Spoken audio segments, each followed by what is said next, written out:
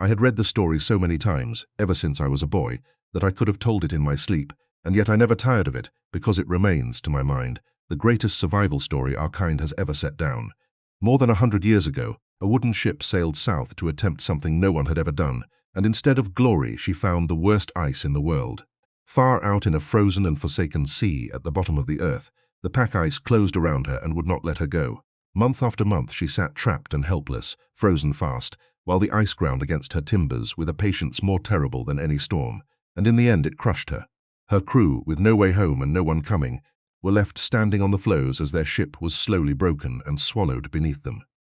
By every law of probability, they should all have perished out there in the cold and the dark. Not one of them did. Through a feat of leadership and seamanship and sheer stubborn endurance that still seems scarcely believable, every one of those men came home alive. It is a story about the very limits of what human beings can survive, and it has held me my whole life. But there was always one part of it left unfinished, one question the books could never answer, for after the ice took the ship, she sank to the floor of that hostile sea, and no one living knew where she lay. I came to know every chapter of that ordeal the way you come to know a piece of music. I knew how the ship had drifted, locked fast in the floes, for the better part of a year. I knew how the slow pressure of the ice had at last stove in her sides, and how the men had hauled their boats and their stores out onto the ice and made a camp there, watching the sea inch by inch reclaim her. I knew how, when the floe itself began to break apart beneath them, they had launched their small boats into a freezing ocean and fought their way to a bare scrap of rock, and how their leader, with a handful of men, had then sailed an open boat across hundreds of miles of the most violent water on Earth to bring back rescue, and how, impossibly, it had worked. And I knew one detail that would come to matter more than I could ever have guessed.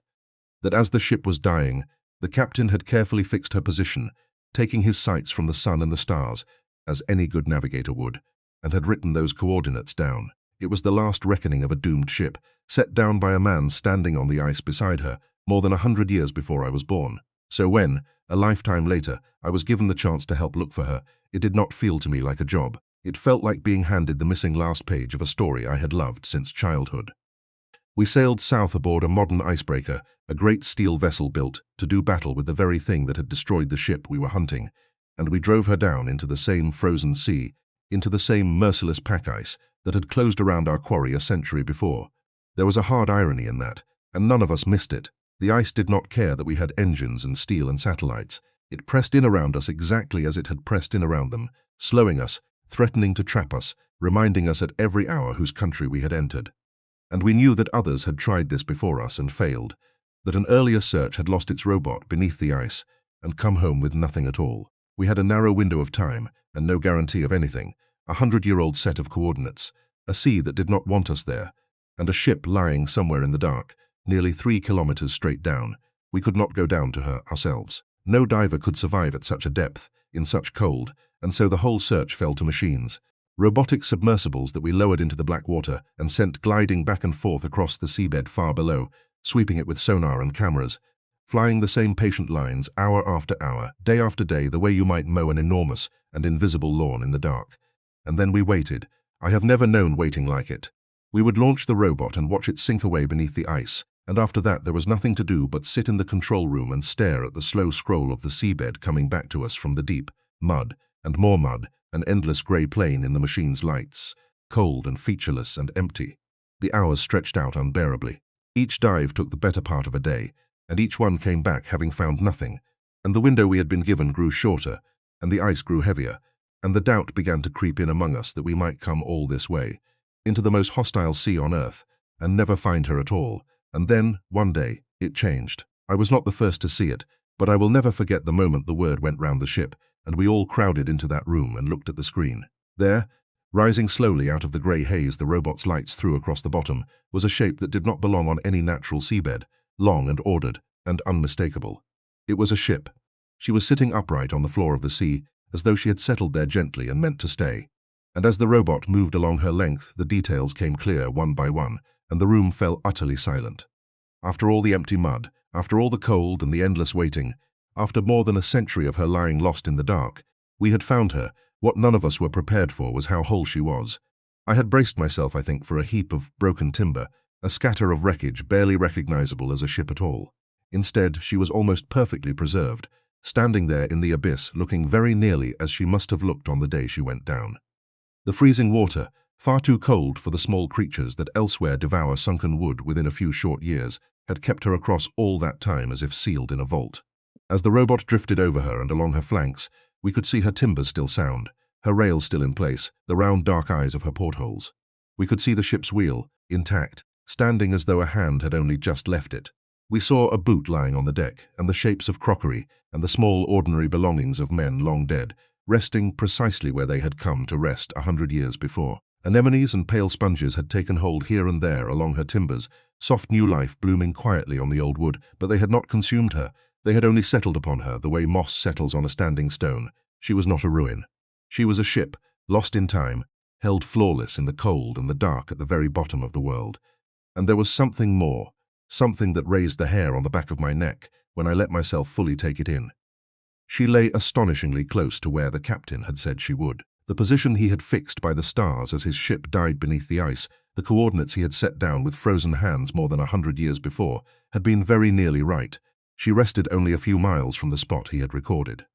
Across all that time, that one careful act of a dying expedition, a navigator doing his duty even as everything around him was lost, had reached forward through the whole of a century and guided us, in our steel ship with all our machines, almost exactly to where she lay.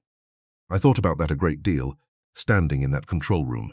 I thought about the man taking his sights in the bitter cold, knowing his ship was finished, and writing the numbers down anyway, because it was the right thing to do, and because perhaps some small part of him hoped that one day, somehow, someone would come looking. We had come, and his 100-year-old reckoning had brought us home to her. We had found the ship, and we had marveled at her, but the moment that broke something open in all of us came last. The robot moved slowly around toward her stern, its lights sweeping across the old curved timber, and there, where it had been carved and painted more than a century before, the letters of her name emerged out of the dark one by one, still legible after everything. After the crushing of the ice, after the long fall into the abyss, after 100 years alone on the floor of the sea. And it was then that the whole weight of the story came down on me at once, because her name, the name we sat reading in stunned silence in that warm, bright room, while she lay frozen in the black far below us, was a single word, and the word was endurance. It was the name she had been given before she ever sailed. It was the word that her crew had lived out to the very edge of what a human being can bear, every one of them enduring and surviving against all the odds. And it was the word she herself had now made true a second time, enduring down there in the cold and the dark, whole and unbroken, for 100 years and more. No one in that room spoke. I do not think anyone could have. We did not disturb her, and that mattered to us more than I can easily say. We took nothing, we moved nothing, we brought no part of her up into the light, for she is protected now by agreement among nations as a monument to be left exactly as she lies, and in any case it would have felt like a kind of desecration to lay a single hand upon her. So we only looked. We sent our machines back to her again and again, and we filmed her and measured her and mapped every plank of her with the greatest care, so that the whole world might see her as she truly is, and then we left her precisely where she has rested all along. She is not a treasure to be hauled away into a museum. She is a memorial, down there in the perfect cold, to a ship and to a company of men, who between them showed the rest of us what the word endurance can really mean. When we turned the icebreaker north at last, and began the long fight back out through the pack ice, I stood at the rail and looked out across that white and endless sea, and tried to take in what we had done. We had completed a story more than 100 years old. The one chapter that had always been missing, the fate of the lost ship, was missing no longer.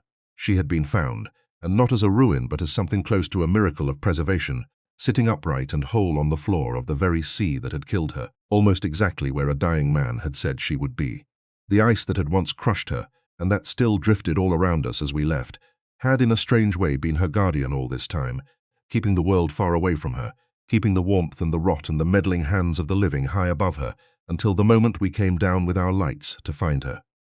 She is still there now, and she always will be. She lies in the dark and the cold at the bottom of the world, untouched and unmoved, her name still clear upon her stern, while the ice goes on grinding slowly across the sea above her, as it has for 100 years and will for 100 more. I have thought often, since that voyage, about what it was that moved us all so deeply in that quiet control room, and I have come to believe it was not simply that we had found a famous lost ship. It was that we had been allowed, for a single moment, to take hold of one unbroken thread reaching all the way back across a century, from the men who would not give up, to the captain who set down his numbers as his ship went under, to the ship herself, who endured the impossible and then waited, perfectly preserved, in the dark, until we arrived. The sea is meant to be the great destroyer, but here, in the coldest and most pitiless water on earth, it had done the very opposite. It had taken that ship, and it had kept her, flawless and whole, as though it understood exactly what she was, and it had held her in trust, through all those long and silent years, until at last someone came looking, and read her name, and understood it too.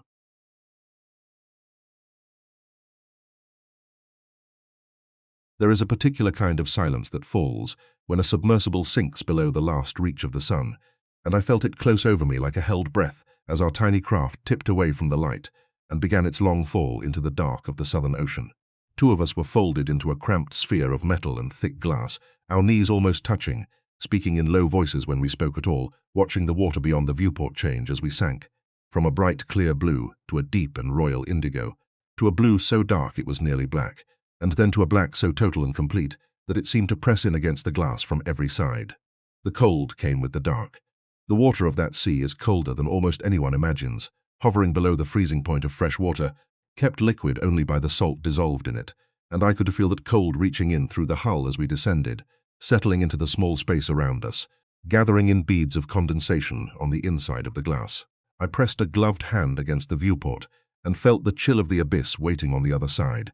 I had spent a good part of my life studying this sea, and yet I had never once seen it with my own eyes. For years I had come to know the deep floor of the Southern Ocean, the way a scholar knows a distant country he has never visited, through the grainy images sent up by robots, through the specimens hauled to the surface in nets and dredges, and laid out, broken, on a sorting table under harsh light. I knew the names of the creatures that lived down here. I knew on paper that the cold, dark bottom of the world was not the lifeless waste most people assume it to be, that it held, against all expectation, a strange and crowded abundance. But knowing a thing from data is not the same as standing in its presence, and I had carried for as long as I could remember a quiet, almost desperate wish to go down myself, just once, and see the living world I had only ever met as numbers and as dead things in a tray. Now at last, I was falling toward it, and the old question I had studied for half a lifetime came with me into the dark. How could so much life have made its home in the coldest, blackest, most remote sea on Earth? The fall was long, and stranger than I had expected.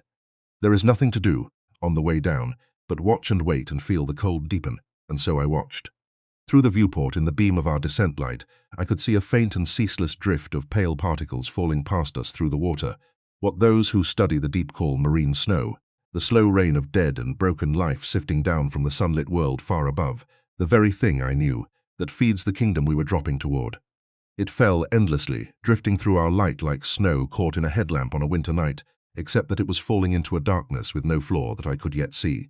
The hum of the craft's systems was the only sound.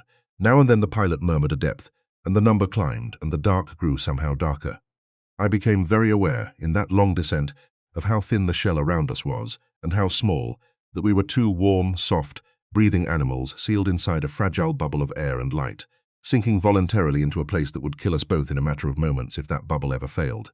I have rarely felt so alive, or so keenly aware of how little it would take to stop being so, and then the pilot's voice changed and the craft slowed, and I understood that the bottom was rising to meet us. The full lights came on, far brighter than the single beam we had fallen by, throwing a wide pool of brilliance down into the black, and out of that black, beneath us, the seafloor of the Southern Ocean slowly came into view. I had braced myself, somewhere in the back of my mind, for the barren waste the bottom of the world is supposed to be, a flat grey desert of mud, cold and empty and dead. I leaned to the glass, my breath fogging it, and what I saw instead made me forget the cold and the depth and the fragile shell around me entirely. It was not a desert at all. It was a garden. I do not have words equal to what lay spread out in that pool of light, though I have tried many times since to find them. The mud of the seabed was not bare. It was strewn and crowded, and carpeted with life of the strangest and most beautiful kinds I had ever set eyes upon. Sea spiders as broad across as dinner plates moved over the bottom on impossibly long, slender legs, stepping with a slow and deliberate grace. Creatures that in the warmer seas of the world are tiny things you would need a lens to study, grown here, in the cold, into giants. Glass sponges stood up from the mud like pale, delicate fountains, frozen in the act of rising, their bodies spun from threads of living silica, and I knew, looking at them, that some of those quiet forms had been standing in that exact spot, growing by the barest fraction each year, since long before any person now alive had drawn breath. The floor was carpeted in places with brittle stars by the thousand, their thin arms interlaced into a living mesh, and feathery crinoids reached up into the current, and great soft anemones swayed gently on their stalks. A pale, ghostly fish with blood as clear as the water around it hung almost motionless above the mud, watching us pass.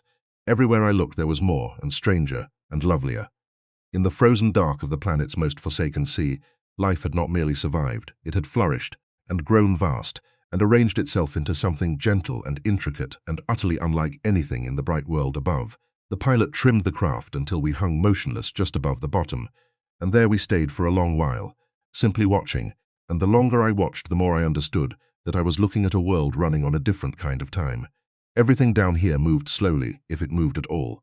I fixed my eyes on a single great sea spider directly beneath the viewport and watched it cross the mud, and it took an age to complete a single step, lifting one long jointed leg and setting it down again with an infinite dreamlike patience, in no hurry whatever, because nothing in that cold and stable dark is ever in a hurry. These are animals that breathe, some of them, not through lungs or gills, but simply through the surface of their own bodies, drinking oxygen straight from the frigid water. Animals that may live for decades, for centuries, growing and waiting in the unchanging cold. I thought of the glass sponges, building themselves a hair's breadth at a time across the long, slow turning of the years, and I felt the strangeness of it settle into me, that I was hovering there, for a few stolen minutes of my own brief and hurried life, in the presence of beings whose single, quiet lives might outlast everything I would ever do. For that, more than anything, was what took hold of me as we hung there in our little bubble of light. This was not a place that had anything to do with us. The garden beneath me had not been grown for human eyes. Most of it, in all likelihood, had never been touched by a beam of light before ours fell upon it, and might never be touched by one again. It had assembled itself, slowly and patiently, over ages, in the cold and the dark and the deep silence, long before there was anyone on the surface of the world to wonder about it, and it had gone on exactly like this, indifferent and beautiful and entirely complete in itself, through the whole short and noisy span of human history, none of which had ever reached it. How it had come to be so rich, in a sea so cold and so far from the sun, the books can only partly explain. The steady rain of food sifting down from the bright waters above, the cold clear water heavy with the oxygen these creatures drink, the long ages of stillness in which life could spread and grow and refine itself without disturbance.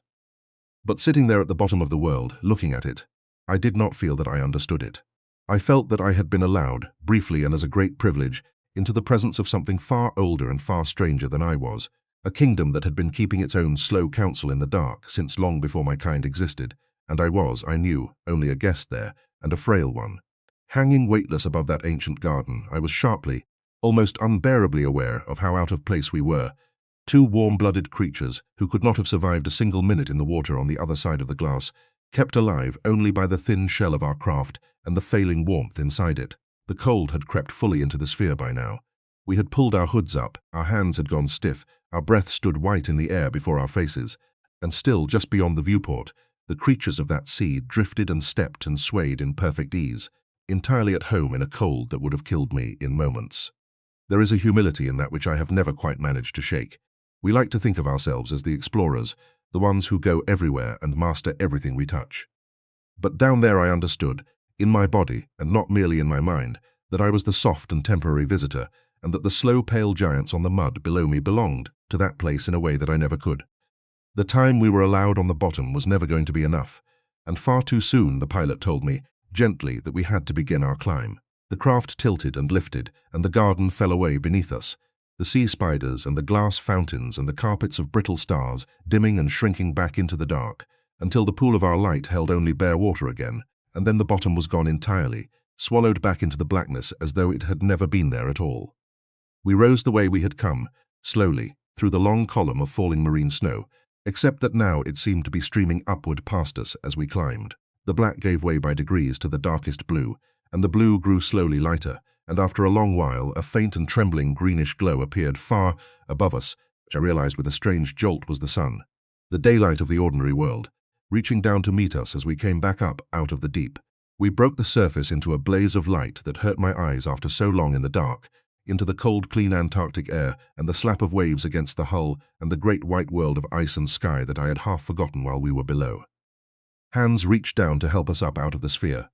People were talking, the wind was blowing, the ship was solid and bright and busy beneath my feet, and I stood there on the deck, blinking, cold to the bone and not yet able to say a word, feeling as though I had just returned from somewhere that should not, by rights, exist at all.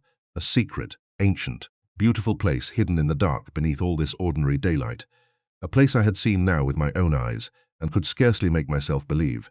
I went back to my work after that voyage, to the screens and the specimens and the patient accumulation of data, but I was never able to look at any of it in quite the same way again. I had known before that the deep floor of the Southern Ocean was full of life. I had the numbers to prove it, but numbers are not the same as having hung there in the cold and the dark, and watched a giant sea spider take a single slow step across the mud, or seen a glass sponge older than my whole country standing pale and patient in the beam of a light that had perhaps never shone upon it before. I know now, in a way that I did not before, that beneath the ice and the storms and the grey heaving surface of that sea, in the coldest and blackest water on the planet, an immense and beautiful and unimaginably old world is going quietly on, entirely without us, that it was there long before we came, and will be there long after we are gone, keeping its slow time in the dark. I was allowed to visit it once, for a few stolen minutes, as a guest, and I have carried it with me ever since, the memory of that frozen garden at the bottom of the world, and the quiet, humbling knowledge that the sea is far deeper and far older, and far more alive than we who live up here in the light will ever fully understand. No one expected to find what we found that day, least of all me. We were working far out on the Southern Ocean, over a place where the floor of the sea pulls slowly apart and the heat of the planet's deep interior leaks up through the cracks, and we had come to do something that, as far as any of us knew, had never been done there before.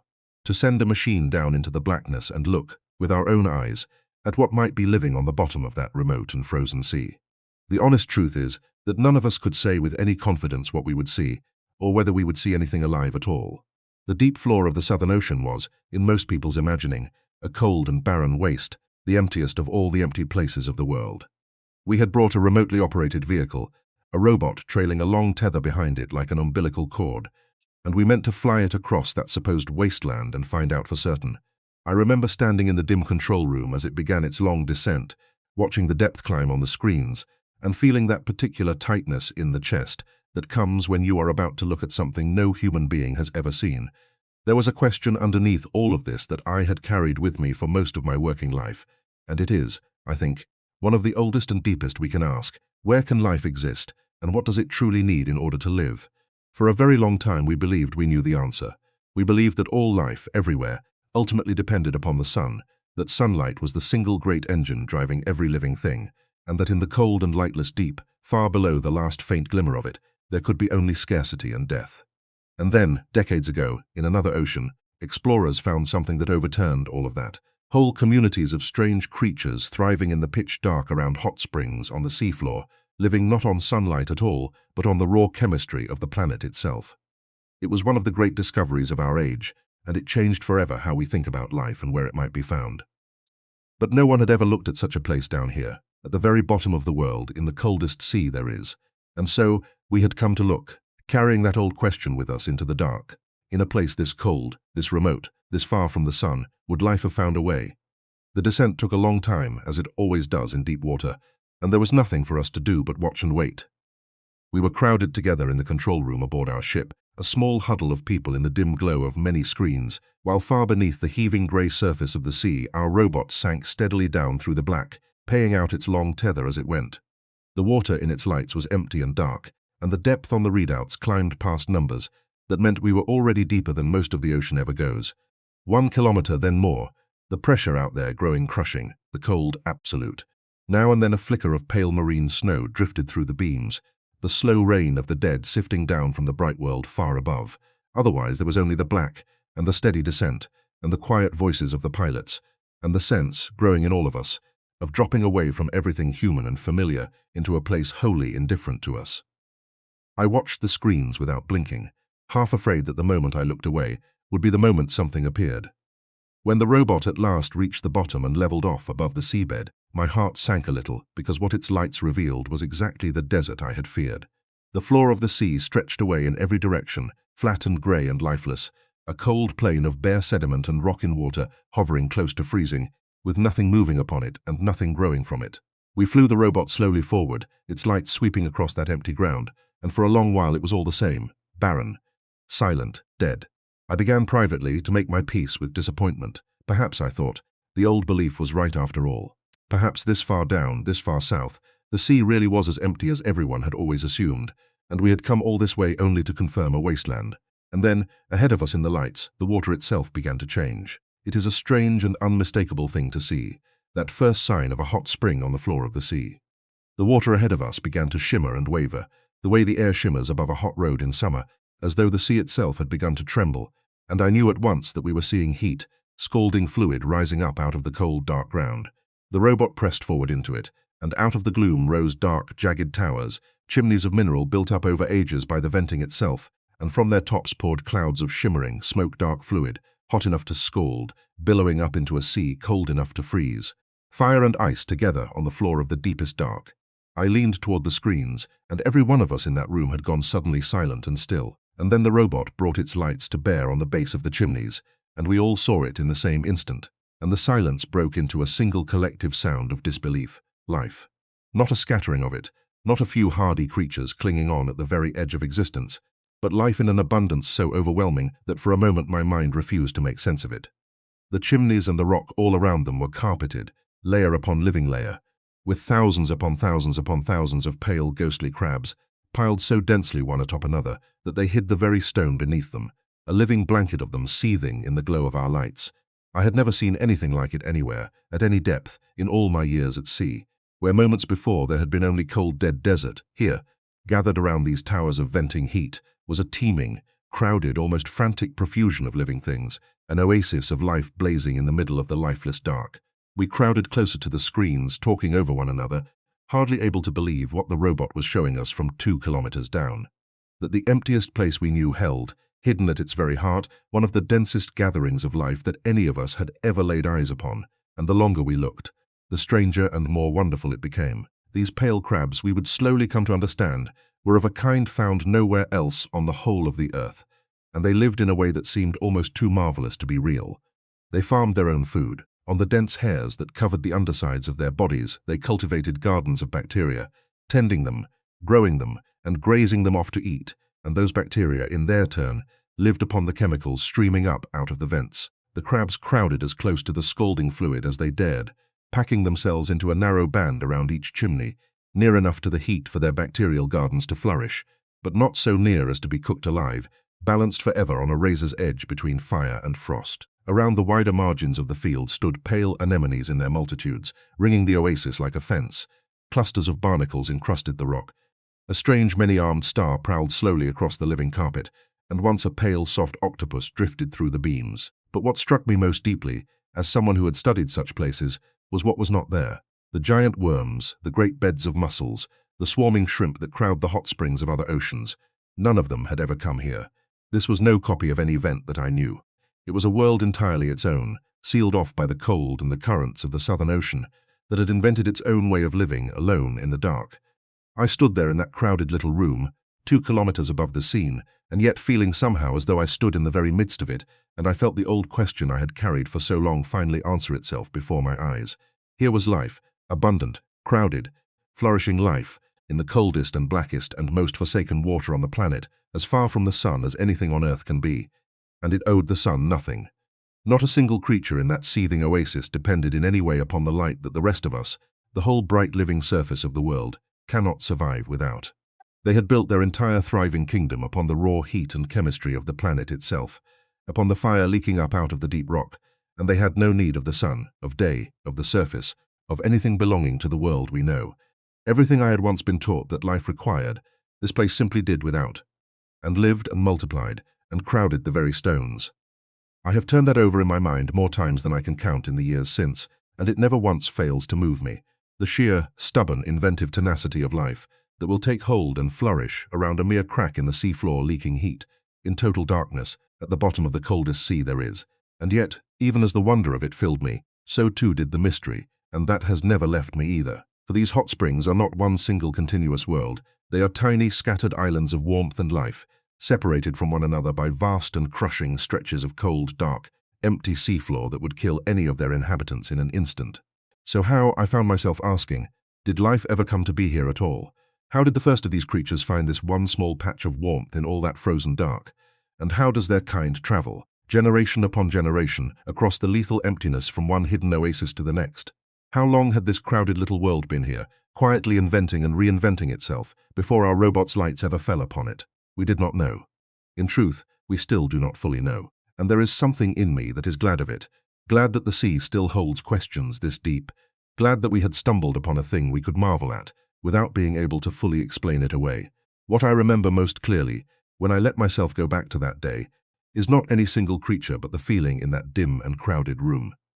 We were a small group of people gathered around a handful of glowing screens on a ship rolling in one of the roughest seas on Earth, and we understood, all at once and without anyone quite saying it aloud, that we were the first human beings who had ever seen this place, that this teeming, ancient, secret world, 2 kilometers down in the dark, had been there all along, flourishing in total blackness, witnessed by no one, and that now, through the eyes of a machine on a long tether, it was being seen at last. The hair stood up along my arms. There was a kind of reverence in the room then, the hush of people who know themselves to be in the presence of something far larger than they are, looking through a small bright window into a world that had never once known light, or day, or the gaze of another mind, until ours. We went home from that voyage changed, all of us, and I have never been able to think about the deep sea in the same way since. I had gone down there, in my imagination expecting a desert, carrying the old and comfortable belief that the cold, dark bottom of the world must be a barren and empty place.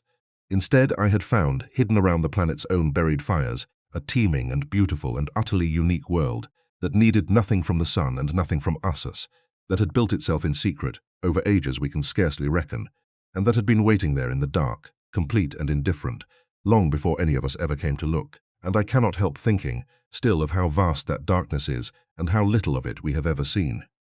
If a single crack in the seafloor of one remote and frozen sea could hold a world like that one, hidden from us for the whole of human history, then how many more such worlds must there be, scattered across the floors of all the oceans, flourishing quietly in the blackness, with no need of the sun and no knowledge of us at all? We had found one. I do not doubt, for a single moment, that the sea is keeping countless others, and that they are down there even now, blazing with life in the dark, simply waiting, as that one had waited, for someone at last to come and find them.